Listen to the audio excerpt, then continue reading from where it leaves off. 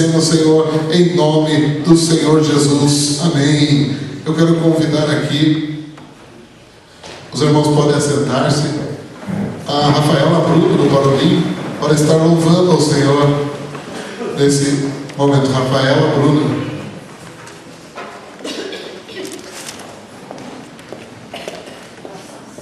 Enquanto a irmã se aproxima, glorifique ao Senhor e oferte na casa de Deus. Deus conta com você.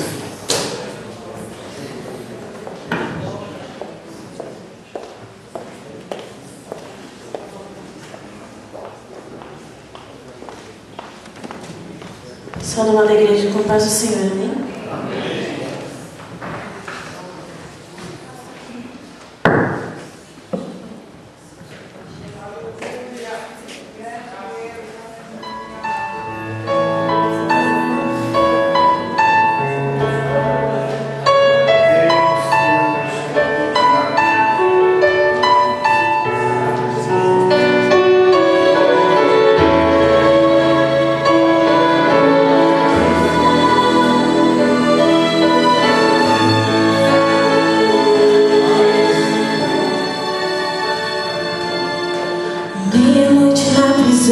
Todos estão calados, tristes a pensar.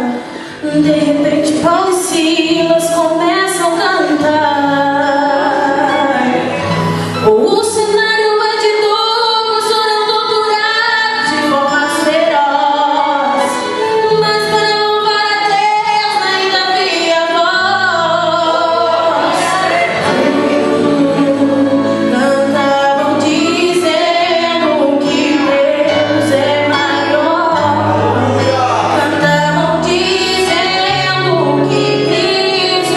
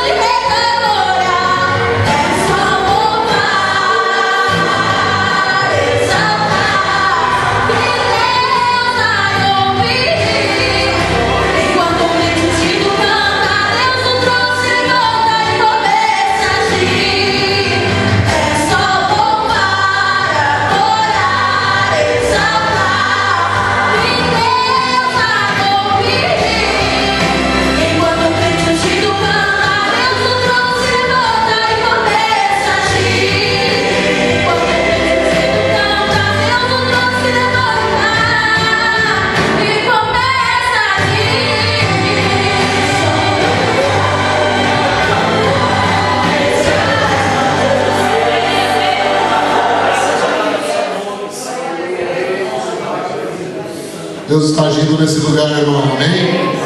Se você tiver fé, você verá a glória de Deus.